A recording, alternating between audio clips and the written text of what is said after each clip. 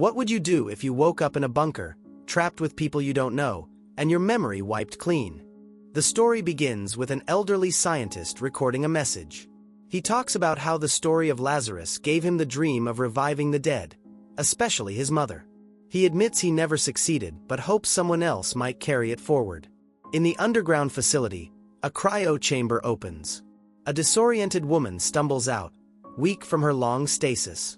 As she catches her breath, she suddenly hears a scream echoing down the dark corridor. Still dizzy, she wanders through the bunker's hallways, not noticing the bloody handprint smeared across the wall. As she rounds a corner, she spots a blonde woman crouched in hiding. Before they can talk, two men arrive. They demand to know each other's names, but none of them can remember. They only know fragments about themselves. The group hears noises in another room. The larger man goes to investigate, but before he can react, another man bursts in and punches him to the ground. The newcomer, panicked, demands answers.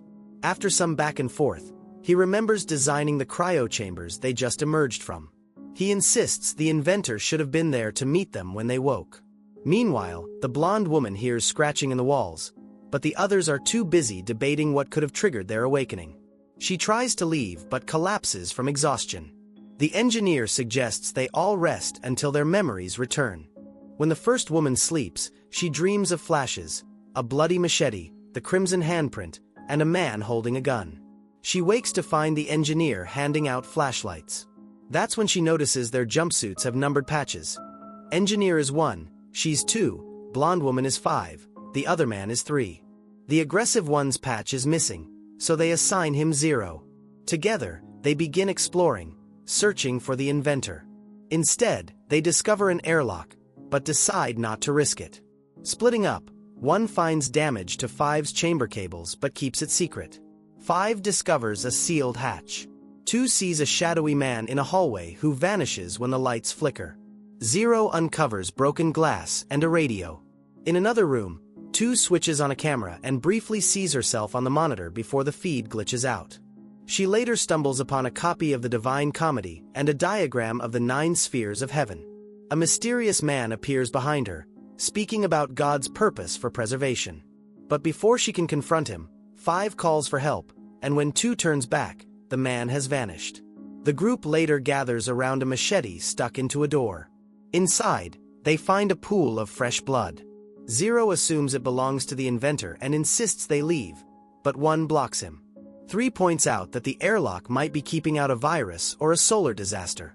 He begins recalling his biochemistry background. The others speculate they could have been asleep for hundreds, maybe even thousands of years. With no food plan, 0 and 3 head to the generator room to restore power. They find evidence of sabotage but manage to repair it, though 0 suffers burns in the process.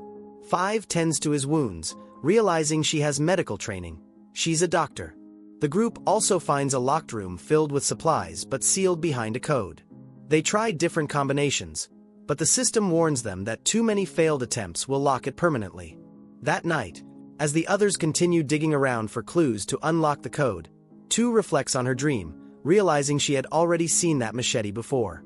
Not long after, 1 shows up carrying a few canned goods and a bottle of water, barely enough to stretch for a week. The mood lightens a little, and the group passes time with music and board games. But the moment doesn't last long. 5 starts coughing, and they send her to rest. The others quietly worry that her condition might be a side effect of cryosleep. 2 also voices her concern about why none of their memories have fully returned, but 1 tries to ease the tension, telling her to focus on resting. Later, 2 sets up a camera and begins recording everything they've figured out so far. She assigns roles to the group. 1 is the engineer, 3 is a biochemist, 0 comes from a military communications and technology background, and 5 is a doctor. As she goes through this, she finally remembers her own profession. She's a psychologist. The next day, 5 takes a bath to freshen up. Suddenly, the door creaks open behind her. She freezes, feeling as if someone is watching. But when she turns around, the door is already shut again. 5 rejoins the group, mentioning that she's starting to feel better. While 2 focuses on figuring out how to stretch their limited food supply, 5 realizes that 0 is nowhere to be found. What the others don't know is that Zero has secretly stashed away a revolver loaded with 5 bullets. Later, when 5 checks in on him, her hands tremble. Zero starts rambling about an imposter hiding among them. As she prepares to give him an injection, he quickly stops her, refusing the treatment. Meanwhile, 1 is busy tinkering with 5's cryo chamber, flipping through some old notes he found. But when he hears the sound of rats scurrying around, he investigates, and that's when he discovers a hidden camera lodged inside the wall. Elsewhere, 5 examines 3's health, but she's suddenly overcome by sharp pain and a chilling cold. Not long after, Zero sits down with 2 for a psychoanalysis session. He still struggles to recall his past but vaguely remembers talking to her before cryosleep. 2 tries to push him further, but he snaps, lashing out in anger and telling her to go to hell. Afterward, 3 secretly collects a strand of 5's hair, wanting to figure out what's really making her sick. Looking at her cells, he concludes that cryosleep may have damaged her at a cellular level.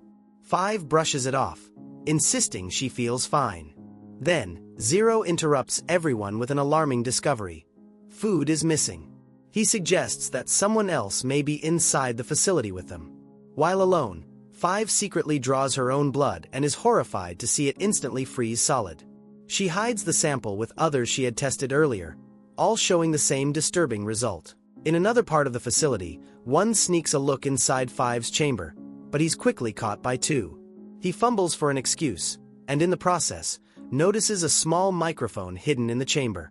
Suspicious, 1 later confronts Zero about the microphone and the radios he discovered in Zero's room. While 5 argues that the radios could help them contact the outside world, Zero explains that the signal wouldn't be able to penetrate the thick underground walls. He insists that the real threat comes from someone on the outside interfering with them. 5 sides with him, saying they should escape since the bunker is no longer safe. But 3 pushes back, insisting they should first confirm whether the air outside is breathable. To test it, they throw together a makeshift hazard suit. Determined to contribute despite her weakening state, 5 volunteers to go. But when she fumbles with attaching her mask to the oxygen tank, she loses her nerve and insists that 3 should be the one to do it, since he has the expertise. By the 3rd day, 1 secretly speaks into the hidden camera, admitting that he blamed Zero for the microphone even though he knows it was really the inventor's doing. He clings to the belief that the inventor is still alive and watching over them, vowing to make sure the experiment is never disrupted. During her own psychoanalysis session, 5 recalls that she willingly joined the project, hoping to make a groundbreaking contribution to her field. She thought cryosleep could be used as a cure for illness, but instead it has left her sick. Shaken and distressed, she rambles about having visions of the future. 2 tries to calm her, suggesting that what she's experiencing may just be side effects of cryosleep. Meanwhile, 3 stumbles upon a few rats and manages to catch one, hoping it could serve as a test subject for the outside environment. But when he calls the others to show them, he discovers that the rat has already decayed into bones. Left with no alternative, he suits up and ventures outside while the rest listen through the radio. Before long, his terrified voice comes through the speakers, and he suddenly rushes back inside, shaken, claiming the outside world is completely poisoned. Despite this, 1 still clings to the hope that the inventor will rescue them, while Zero is convinced the man is already dead. Zero also argues that 5's unusual condition is due to her chamber being compromised, sparking a heated clash with 1. In the midst of it all, Zero begins hallucinating. He sees a shadowy figure and, fearing for his sanity, retreats to rest. Later that night, while comforting 5, 2 recalls the word Lazarus. Driven by curiosity, she ventures into the dark corridor but is startled to run into Zero. He believes hidden cameras and microphones are planted all around, so he's been investigating.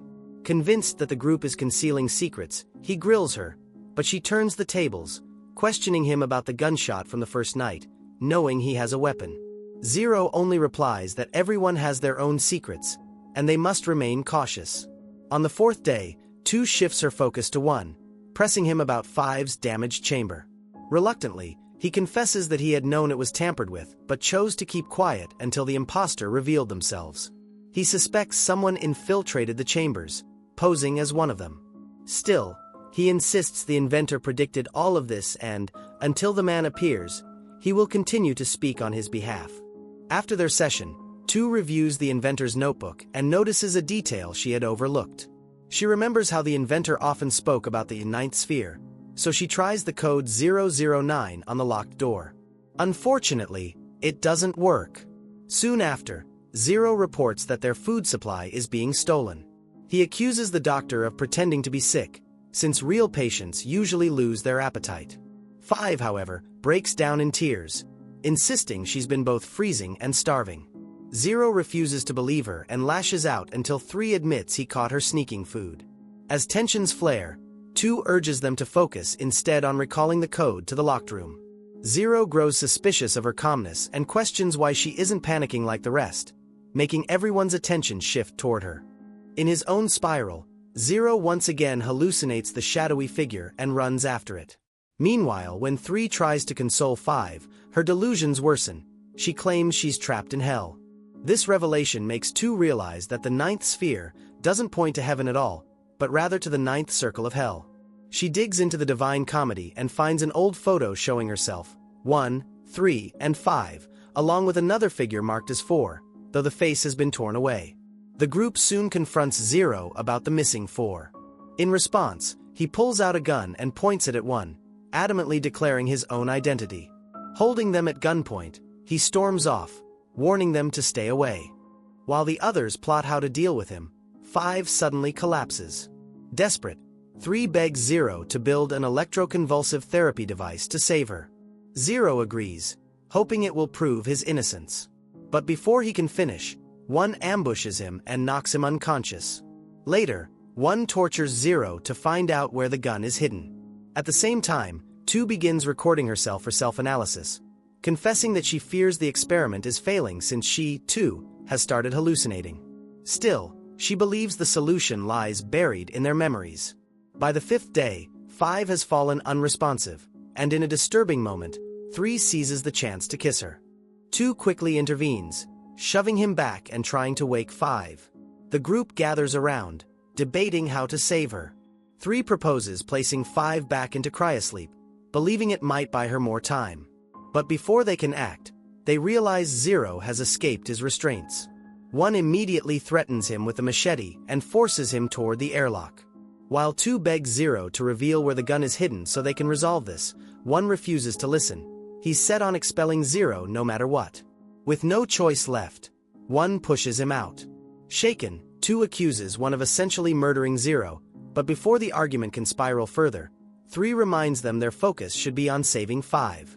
They agree and carefully return her to her chamber. Later, 1 attempts to break into the locked room again but fails. That's when he notices the machete has disappeared. Suspicion spreads quickly. He presses 2 and 3 for answers, but 3 suggests something far more unsettling. Someone else could be inside the facility with them. They resolve to stay close together until this imposter shows themselves. By the 6th day, paranoia takes over. Each person arms themselves, no longer sure who to trust. As 2 reflects on everything, she starts to piece things together. What if the real experiment wasn't survival at all, but memory itself?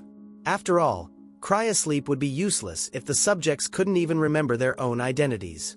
3 agrees, pointing out that the process starved their brains of oxygen, wiping their memories clean. To test the theory, they run an experiment. 1 breathes deeply from an oxygen tank, hoping the surge will bring back his memories. But instead of clarity, the rush overwhelms him. He yanks the mask away and blurts out a shocking admission. He tampered with 5's chamber. If she ever leaves it, she'll die. Moments later, 1 collapses, only to jolt back awake, furious and unstable. He lashes out at 2, accusing her of letting all of this happen. Before he can attack, Zero suddenly reappears, slamming 1 against the wall. In the struggle, they overpower him and force him into his own cryo chamber, sealing him inside and freezing him. Zero pulls 2 aside and reveals the truth. The air outside isn't poisonous. But before she can process it, 3 suddenly drives the machete into Zero. It's then revealed that when 3 ventured out, he discovered the outside world was thriving with life. Still, he chose to keep that secret. His obsession with 5 pushed him to lie. He wanted her preserved in cryosleep forever, calling her more beautiful that way. Now, with the truth exposed, 3 swings the machete at 2. She narrowly dodges and bolts. He gives chase, forcing her to hide in the shadows until he passes. Seizing the chance, she rushes back to Zero, begging him to tell her where the gun is. With his last bit of strength, he spits out, "Go to hell!" Only then does 2 realize, it's a clue. 3 catches up, but she slams a door in his face. He pounds against it, nearly breaking through, when 2 suddenly pulls it open, knocking him backward, giving her just enough time to escape. When 3 chases 2, he leaves the machete behind at the door. Racing back to the study, she tears through the books until she finds the weapon hidden behind a copy of the Divine Comedy. When 3 corners her, she raises the gun. Defeated, he admits he's lost. Calmly, he walks back to his chamber and locks himself inside, surrendering to cryosleep. 2 returns to find Zero barely clinging to life. Refusing to abandon him, she hauls his body to a chamber, leaving a smeared bloody handprint along the wall. With tears in her eyes, she apologizes before sealing him inside.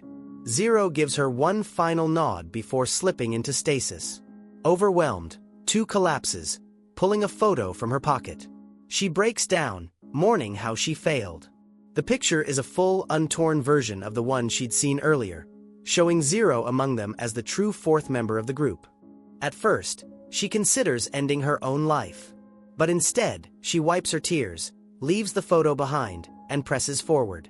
2 heads toward the airlock, but stops, piecing everything together. She realizes she's the centerpiece of the experiment. Testing her theory, she enters her own number, 002, and the locked door clicks open. Inside, she discovers shelves stacked with food, medical supplies, and recordings of their experiment. Deeper in the room, she finds yet another cryo chamber. When she opens it, an elderly man steps out, waiting for her. 2 suddenly remembers, this man is her father, the very inventor of the cryo chambers. With both of their memories restored, he reveals his new plan. The experiment needs a larger sample size for the next phase. 2 protests, pointing out that they've already completed the test, but he insists she shut down the other chambers. To him, it's better that the others die peacefully in their sleep. Later, as they share dinner, 2 reflects on her lost companions. She sets up the camera, recording her father as he explains his vision. The story of Lazarus rising from the dead was what first inspired him to pursue this dream of preservation. But something feels off. He begins repeating the same story over and over. That's when it hits her. The experiment has failed. Frightened, she tries to leave a message for herself, only to discover the camera's memory is already full. Rewinding, she realizes she's been recording the same message countless times, reliving the same experiment again and again, desperately trying to save everyone.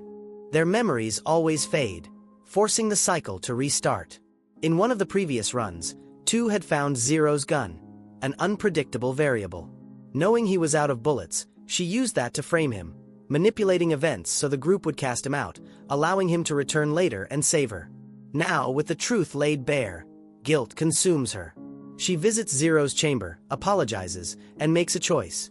She'd rather reset and face the cycle again than live with the weight of her actions. Her father urges her to continue, and she willingly steps back into her cryo chamber, erasing her memories once more. On the 7th day, the inventor carefully restores the facility to its original state, placing everything exactly as before. Once finished, he opens 2's chamber, then climbs into his own to begin cryosleep. Moments later, 2 awakens, unaware of everything that came before, and the experiment begins all over again. If you found this interesting, like and subscribe for more mind-bending recaps.